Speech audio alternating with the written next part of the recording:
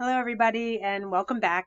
So now that we've spent some time making data displays for categorical data, let's look at how, unfortunately, statisticians use these kinds of graphs to manipulate us. So it's really important as you start going through this class that you start paying attention to things that you see around you, whether you see them online or in a newspaper or on TV. Don't necessarily believe everything you see because people know how to use statistics to manipulate the average viewer. And you're not going to be the average viewer because you're going to understand what to look for and how to read information and know whether you're being given the real stuff or not. So let's take a look at some things that can be misleading. Now here there are two bar graphs, and these bar graphs are actually showing the exact same information. The data is the same. But if we look at the differences here, we're comparing California to Nevada, and the y-axis tells us that we're looking at personal income per capita. If I were to look at the left graph, I would say, okay, the personal income is pretty equal in California and Nevada. But if I look at the graph on the right, which again is the exact same data, that graph makes it look like people in California have a much higher personal income. So what is the problem here? Well, the big problem, and this is a big one, is I want you to look at the y-axis and see where it starts. The graph on the left starts at 0. The graph on the right starts at 30,000. The graph on the right is a big no. Do not start your vertical axis at anything other than 0. Because if you don't start the axis at 0, you're going to end up with misleading information, which is exactly what that graph on the right is. So to correctly interpret a graph, you have to analyze the numerical information. Make sure you look carefully at everything that you're reading so that you don't get misled by something such as the graph on the right. So the better graph here is this one on the left. It's showing better what's happening. California and Nevada, the personal incomes are pretty equal. California is slightly higher.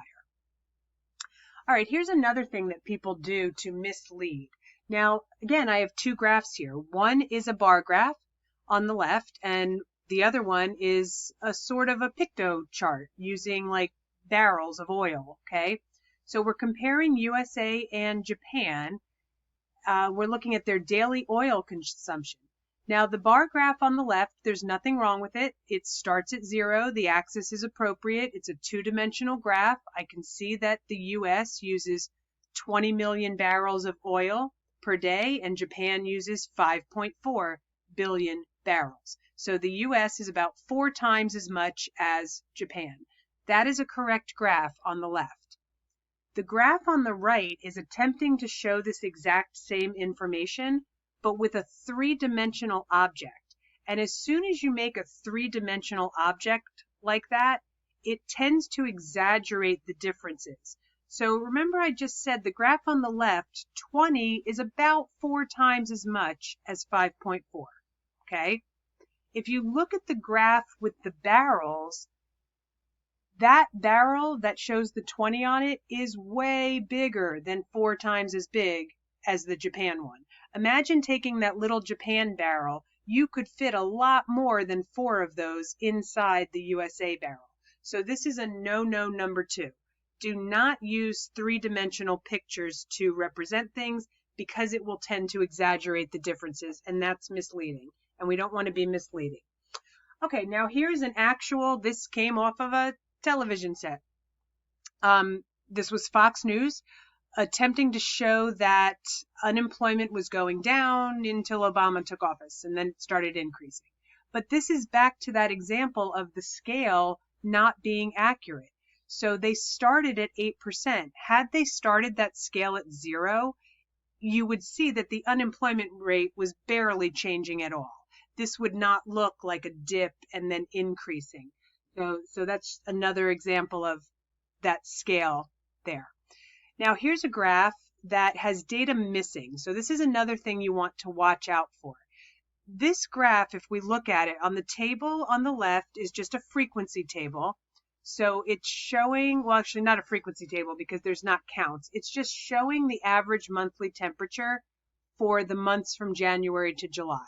I don't know where this is, so it could be anywhere. But in January, the average temperature was 26.4 degrees, and then we have up through July 71.2. And then they took this data and they put it in the graph on the left. Now, the graph on the left is one we haven't gotten to yet, but we will, and it's just called a time plot. So it's showing how something changes over time, like a stock ticker would. But what's wrong with this picture is they're only showing the first half of the year. So where is August, September, October, November? If they're starting in the winter and going to the summer, of course the temperatures are going to increase. So to try to use this to prove global warming is real is not a good graph to use. There's other ways you could do that.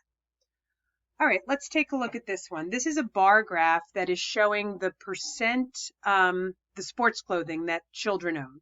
So we have 37% there. It says NFL. Now, the big problem with this one is that, well, there's a couple of things wrong with this. Number one, if you add up all of those percents, they don't add up to 100. So that's not really good there. The other problem with this is that when you're making a bar graph, you don't want to make some bars wider than the others. That's back to that whole 3D thing. Even though this is not 3D, it's a dimensional thing. So that first bar being so much wider for NFL exaggerates that difference. So there's two problems with, and there's no, well, I guess there is a title on this one, but there's no y-axis. So that's strike number one on this graph. The percents don't add up to 100, strike number two. And strike three, they've got bars that are not all the same width. Everything has to be equal. All right, so to summarize here, what do you not do? Number one, no 3D pictures. And I know a lot of these graph makers will let you make them 3D because people think they look cool. And they may look cool, but they are not the most effective way to summarize statistics. Don't start scales at values other than 0. So your x-axis, y-axis, they need to start at 0. Bars, don't make them different widths. Everything has to be uniform. Don't leave information out of your graph. Make sure if you're giving somebody information in a data display, you're giving the complete picture. And pie charts. Don't make pie charts unless the data adds up to 100%.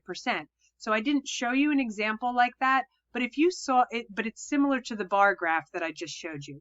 If you looked at a pie chart and you added up all of the percents and it didn't add up to 100, that is a misleading graph. Pie charts need to add up to 100. All right, so what you're doing today for misleading graphs is a quizzes. It's not a quiz, it's just your assignment today, answering questions. Basically, you're going to be looking at a series of graphs and determining what's wrong with them. Sometimes there's nothing wrong with them, and then you would just mark there's nothing wrong, like there's no problem with this graph. So you'll need to think about these things I just talked about, and let me know if you have any questions or need help. Bye.